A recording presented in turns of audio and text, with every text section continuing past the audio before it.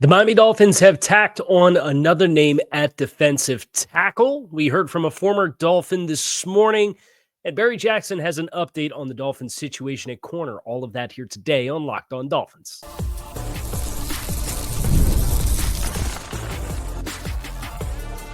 You are Locked On Dolphins, your daily Miami Dolphins podcast, part of the Locked On Podcast Network, your team every day.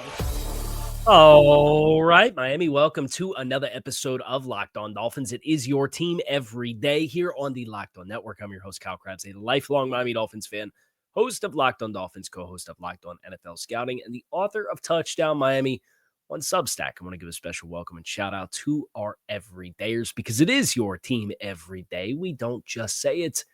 We live it here on the Locked On Network. Today's episode of Locked On Dolphins is brought to you by FanDuel. Right now, new customers can get $200 in bonus bets when your first $5 bet wins. Happy schedule release date to all of you who are celebrating along with me because it's an off-season easy content pickup, and we'll cover the schedule exhaustive coverage both tonight after the schedule is formally released. And then on Friday, we'll do a different angle about some of the fallout and reactions that I have as I sit there and continue to digest the schedule. But 8 p.m. tonight, the Dolphins are going to, and the league is going to release their full schedule of contests for 2025. Kind of started to see some teasing about some potential primetime matchups for the Dolphins, including a couple of divisional matchups. But we're going to let the schedule drop, and as soon as it does, come back to the YouTube channel, come back to your podcast feed, because we're going to have a full reaction show up as soon as it drops. So you have that to look forward to. But in the meantime, the rest of the day today, the Dolphins made a waiver claim yesterday, which gathered my attention a little bit. Matthew Butler, a defensive tackle, formerly of the Las Vegas Raiders, played his college football at the University of Tennessee. The Dolphins made a waiver claim to add him, and he was the 175th overall pick in the 2022 NFL draft. He hasn't played a ton of football, but if you told me that Matthew Butler ended up taking the Deshaun Hand role within the defensive line, and obviously there's a diversification of skill sets that the team has gone after this year with big-bodied guys like Zeke Biggers and Jordan Phillips and Kenneth Grant. So that they've added a number of bodies. But if you told me Matthew Butler was to make this football team, I could buy it. And I could see him filling not a sexy role, but potentially a guy who could play over top of tackles and as a 4-eye, as an odd front end, who doesn't necessarily give you a lot of pass rush profile or appeal, but somebody who can play some snaps for you and be a sufficient level anchor and point of attack type player. I went back and watched all of Butler's reps from this past year. He played almost 100 defensive snaps. 6'3" and 7'8", so 6'4". Came through the combine at 297. He's got 33.5-inch arms. He ran a 5-second flat, the 40-yard dash with a 34-inch vertical jump. There's some pretty good linear explosiveness that exists with Matthew Butler. Now, he played 52 games at Tennessee and had 9.5 sacks. So the pass rush profile thing was kind of a thing for Butler when he left Tennessee. And I think it also exists when you watch him on tape from this past year. And he played a reasonable amount of snaps in the Dolphins game last year when the Raiders played the Dolphins. And you see not the kind of quick twitch that you would want for a 3 technique, a guy who's just going to attack and get hip to hip with guys and muddy up the entire blocking scheme. He's not that kind of player, but he does have some heavy hands. He has the ability to anchor the point of attack. He has the ability to separate and utilize his length to control blockers. And, if you're talking about a rotational early rundown type of player, I think he's cut from the right cloth to potentially make this team. Now, there's a whole other conversation about making the football team through a roster spots perspective. And that's the challenge that I think Matthew Butler is going to face. And these are the kinds of players I do like to kind of roll the dice with a little bit and place some bets with. If you did the college eval on Butler coming out from Tennessee in 2022 and you thought he was an appealing player, and you look and recognize that Raiders defense has had some high water marks, but they've had a lot of vets on the defensive line. But now they've also undergone kind of a regime change where Spytek's come in as the GM and Pete Carroll obviously is the head coach. And if that catalyst for change lets a guy like this shake loose, I think it's a great chance, especially when you consider the Dolphins and Austin Clark as their defensive line coach and some of the success stories that Clark has had with developing guys. So I think Matthew Butler, when I watched him, I didn't come away saying, hey, they just found the next Zach Sealer as a waiver claim or anything like that. But I did come away from watching Matthew Butler play and say, I see a functional NFL player here. And that wasn't necessarily the case this time last year with some of the fringe guys like a Brandon Peely or a Neil Farrell. When Neil Farrell got here, you kind of saw the limitations and said, oh, he's just a big body that has a little bit of athleticism. This is not that. Kind of put him in the same bucket as like a Jonathan Harris, who didn't make the team last year, but competed for reps. Kind of that same kind of build and body type of player. And I see some similarities. So I'm not surprised that this is a player that they actually ended up gravitating towards and placing a waiver claim on. But the defensive work is going to continue. And we got an update yesterday from Barry Jackson of the Miami Herald about the situation at cornerback as the news came out yesterday that one of Miami's rumored targets went on a free agent visit elsewhere. We're going to get a little bit into that next here on this episode of Locked On Dolphins. So make sure that you guys stick with us. The NBA playoffs are in full swing, and every night delivers highlight-worthy performances, major momentum shifts, and can't-miss moments.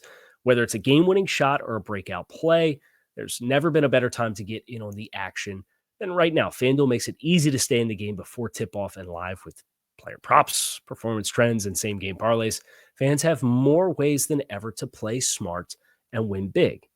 What players are you willing to bet are going to show up in the big moments, and could tracking their trends help you build your next big bet? And if you're interested, how would $200 in bonus bets add to your excitement as you watch the games if you hit on your first $5 bet with FanDuel? If you are new to FanDuel, it's the perfect time to sign up. You can head to FanDuel.com, place that first $5 bet, and if it wins, you get $200 in bonus bets.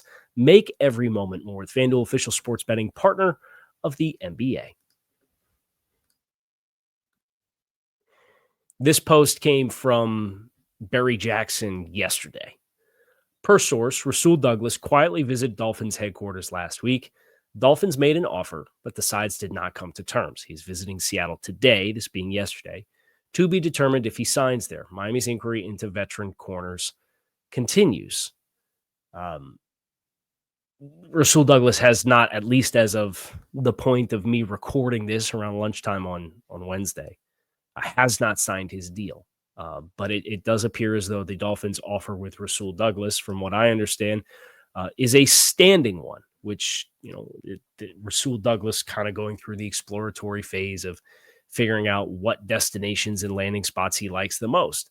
But Miami clearly has their interest, and we kind of got some clues as far as the timing of all of this when the Dolphins announced that they had signed effectively, besides their second round draft choice, their entire rookie class. The Kenneth Grant contract in particular, that impacted the salary cap. So that clue gave you an inkling that they were probably not going to move on from Jalen Ramsey until after June 1st because of the salary cap implications, at what point they could save a couple $1 million against the cap if they were to move Jalen Ramsey after June 1st, right? We're halfway through the month of May. We're knocking on the door. We're almost there, a couple weeks. But the willingness to sign Grant gives you the indication that the funds are going to be available between now and then if the Dolphins get the right deal. So I'm not under the impression that this is, hey, they've got a handshake agreement with Rasul Douglas. We got to wait it out until June 1st, and then he's going to sign when they have more. It's not restricted to what they're doing, right? So what that tells me instead is this team appears to have multiple veteran corner options that it feels comfortable with, and it's not willing to play desperate in the free agent pool, which I don't think is a bad thing. Um, I know everybody's eager to get the names in here and get everybody locked in. Um, but when you consider Stephon Gilmore is still out there, when you consider Mike Hilton is still out there, when you consider Jack Jones is still out there, Asante Samuel Jr., although this report that came out that he underwent a neck procedure and is probably going to be circling back to teams closer to the start of training camp. That's just a song and dance that I'm not really interested in getting into with what the Dolphins have had to deal with from an injury and durability standpoint. But it would be a potential steal of all steals if you got him on a friendly price point based on the caliber of play that he has. So they have options. The fact that they're not playing desperate tells me that they have multiple options that we like. But this is the first affirmation that we have that the Dolphins brought somebody in, and it comes courtesy of Barry Jackson. Quietly visited Dolphins headquarters last week. Dolphins made an offer. That offer continues to stand, and Douglas's visit to Seattle appears to be a part of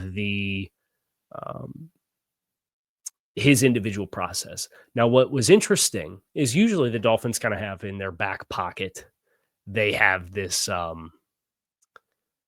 trump card for offers and negotiations for state income tax and, your take home pay and playing here versus playing elsewhere.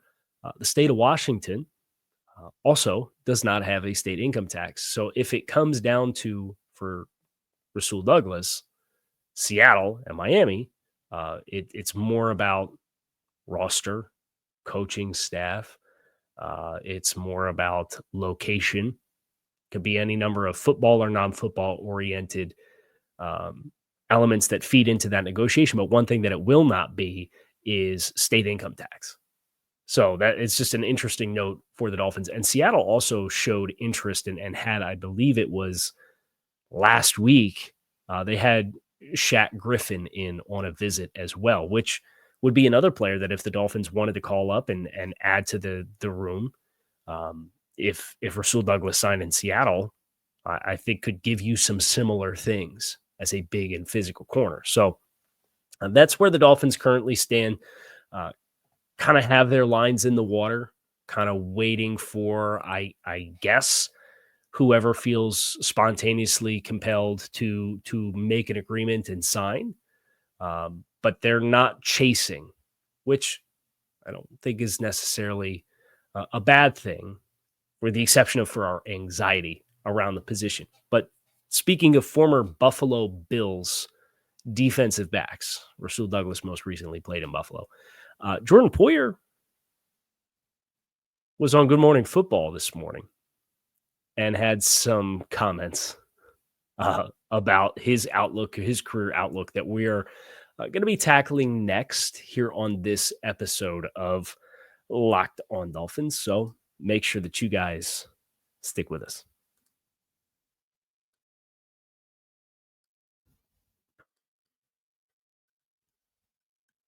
Jordan Poyer went on Good Morning Football and said he would absolutely love to play in 2025. Talked about his fantasy ending would be to retire with the Buffalo Bills. But he was asked about last season and kind of dumped on the team a little bit. He said the team that the team we had last year wasn't very good. To which I say, yeah, okay, buddy. Let's get into Jordan Poyer. I would lose count of the potential game-shifting plays that could have been made in the 2024 season in narrow losses that Jordan Poyer did not make, right? So it just kind of struck me as funny to hear from Jordan that he would dump on the team as a whole when Jordan's individual performance, I would challenge and ask you as the listener of this show, name me one meaningful play that Jordan Poyer made that he had the opportunity to change a game last year. I'll wait.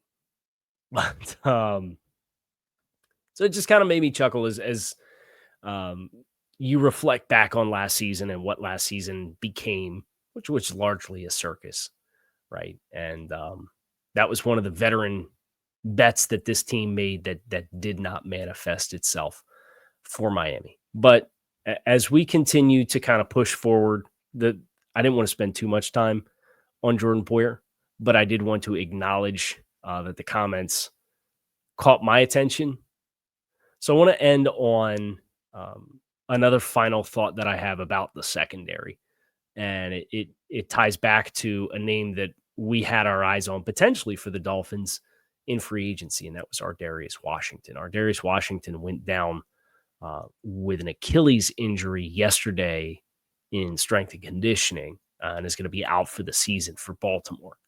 So when you talk about waiting for dominoes to spontaneously start to fall, this is the kind of transaction, or this is the kind of injury, or this is the kind of event that sometimes can be the nudge to kind of get a team to jump into the pool. And certainly I wouldn't expect Baltimore to be players for Jalen Ramsey, but for some of these free agent players, Washington was supposed to be a part that freed Kyle Hamilton to move around freely.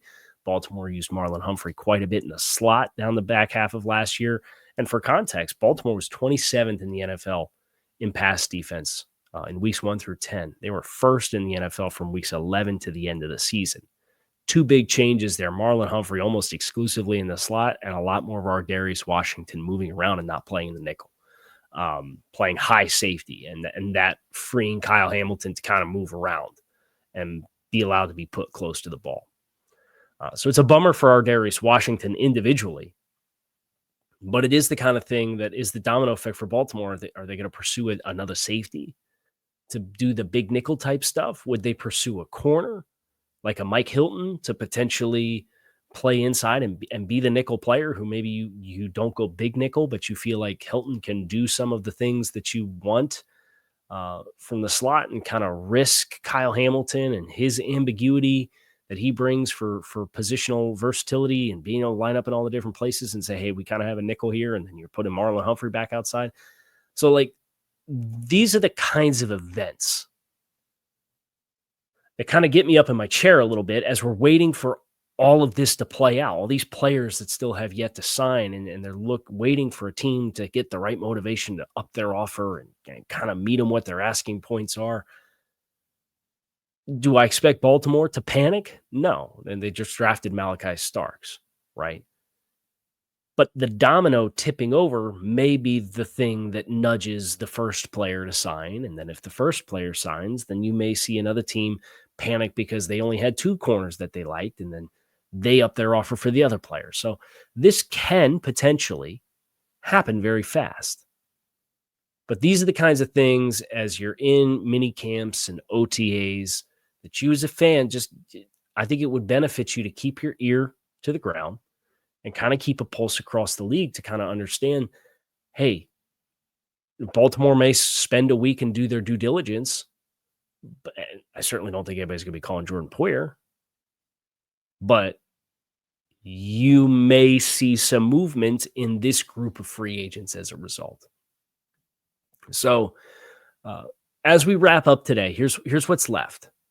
The Dolphins rumored, and I'll get into some of the rumors just a little bit because we have a little bit of time, rumored to have upwards of potentially 5 primetime games this year. I've seen that reported through various insiders. I know Jason Sarney had a few games last year that he successfully reported and is reporting that the Dolphins, 5 primetime games, including a Thursday night at Buffalo game, a Sunday night contest late in the season at home against Cincinnati. There'd be some exciting matchups.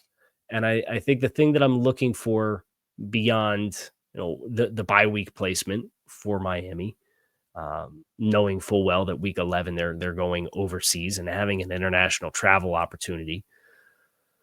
Kind of want to see what the whenever the bye is, I want to know what this team's going to have the chance to do to close, because it's not going to be hard to do better than what you did last year to start the season, right? You needed a miracle win against Jacksonville. You needed New England getting 1 foot out of bounds away from losing to the Patriots in week 4 or week 5. You woke up and you were 2-6, and you didn't have a single normal game. I think week 10 was kind of the first week the Dolphins had a normal season last year. Kind of think of it this way. I'll pull up the schedule from last season. Tyreek Hill has his traffic incident week 1, the morning of the game. Week 2, Tua Tagovailoa goes down with a concussion. Gets placed on IR, misses the next 4 games. Then Zach Sealer goes down with an orbital bone injury the week that Tua comes back and misses the Arizona game, which you lose by a point, and the Buffalo game, which you lose by 3 points on a 61-yard field goal. And then Zach Sealer came back. Week 9 or week 10 was the first normal week you had as a football team without some extra circus nonsense. And you were 2-6. Can we get through the first week of the season without a circus, without a sideshow, without a clown car? And if the answer there is yes, I feel pretty good. So then my attention goes to, okay, what's the backstretch look like? Because you just got to avoid withering on the vine in the first 2 months of the season, because that's what you did last year. So I'll be very interested to see how the schedule plays out. I'm excited to see, kind of set some plans in place for attendance to games and getting back in the swing of things in football season, which is right around the corner. And we will have you covered tonight for whatever the schedule brings. You can keep it locked in right here on Locked On Dolphins. It is your team every day. I appreciate you guys as always for checking out the show. Make it a great rest of your Wednesday. I will be back again tonight with our reaction to the Dolphins 2025 schedule when it drops.